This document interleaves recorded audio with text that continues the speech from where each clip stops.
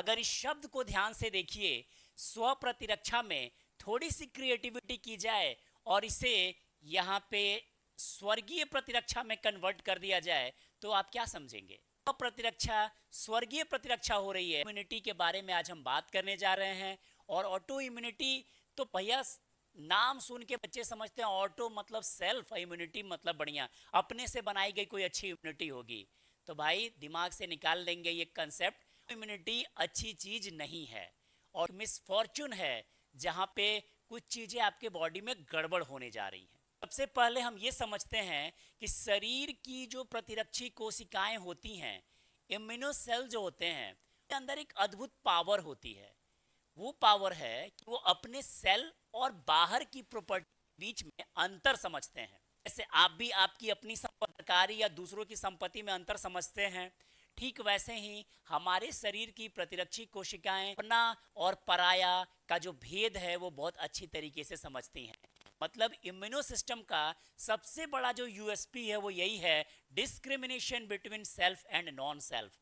अपना और पराया की बहुत अच्छी समझ इम्यूनिटी की है और यही वजह है कि हम स्वस्थ हैं और एकदम मस्त हैं। लेकिन अगर हमारे बॉडी के इम्यूनो सेल जिस दिन इस प्रॉपर्टी को गंवा देते हैं, यानी वो अपने और पराये के भेद को नहीं समझ पाते हैं, तो वैसी स्थिति में शरीर में जो विकार उत्पन्न होता है उसी को हम कहते हैं ऑटो इम्यूनिटी।